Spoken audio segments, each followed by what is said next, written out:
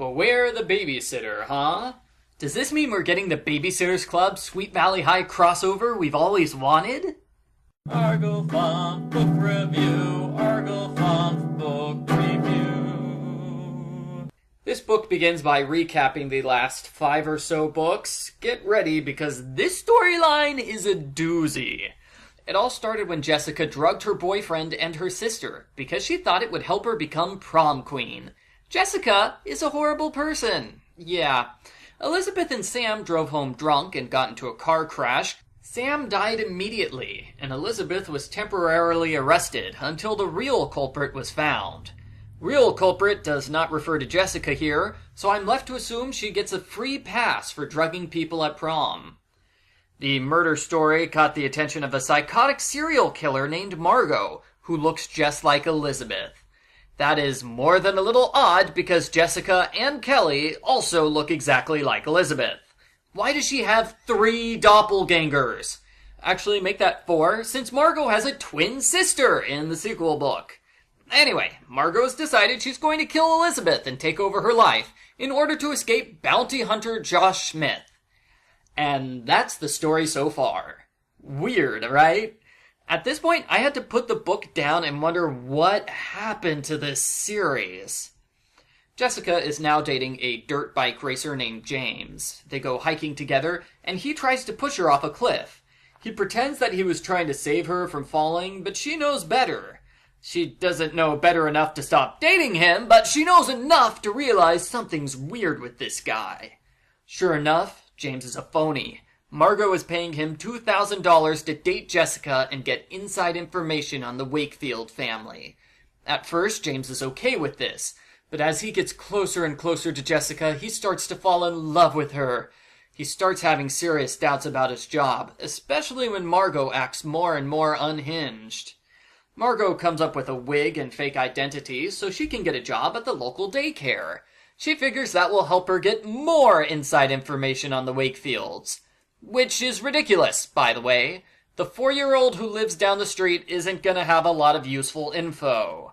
Sure enough, the kid doesn't know anything besides the fact that the Wakefields have a dog. Margo threatens to kill the child's cat if she tells anyone about this. Beware the babysitter. In the book's subplot, Winston, the class clown, is put in charge of an 8-month-old baby. Hilarity ensues as he tries to keep the baby a secret from everybody else. And I'm 100% sure this baby will tie into the fact that Margo's working at a daycare. As it turns out, Jessica used "my sister is in jail" as an excuse to date her sister's boyfriend. Jessica is a horrible person. Todd writes Elizabeth a love letter apologizing for making out with her sister, and he says he wants to date her again. Jessica hides the letter because, well, she's a horrible person. I've said that 3 times now. Drama happens as Elizabeth finds the letter from Todd. She gets back together with Todd, and she refuses to talk to Jessica ever again. Margo continues to be creepy. The girls find out about Winston's cute baby, and Josh interviews a policeman. The policeman says Josh will have to wait until the next book before he can do anything interesting. He'll have to wait for another policeman to come back into town so they can discuss the hit-and-run accident. Margo disguises herself as Elizabeth and walks into the Wakefield home so she can hug Mom and cry with happiness. Mom thinks this is more than a little odd. Margo runs away and Elizabeth enters a few minutes later. Mom asks Elizabeth, "Weren't you just here wearing a totally different outfit?" Elizabeth says, "No, that must have been somebody else." So now both Mom and Elizabeth know there's an Elizabeth impersonator in town, and they completely forget about it. The entire incident is never mentioned again. There is a very long chapter where Winston brings the baby to school and all the students try to hide the baby from the teachers. Every single character gets his or her own turn with the baby. And yes, the scene is legitimately funny, but it's amazingly out of place. There is a serial killer plotting to murder the main character. Why are we wasting half the book on a goofy baby storyline? Winston brings the baby to Margo's daycare. She goes on a rant about unloved baby girls who are sent to live with awful foster parents, and she spazzes out when she hears that Todd and Elizabeth are outside.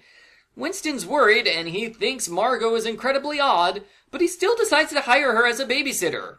partly because he's an idiot, and partly because the plot demands it. There's a big costume party. Elizabeth, Jessica, and Margo all go to the party in matching Cinderella costumes. This causes a few cases of mistaken identity.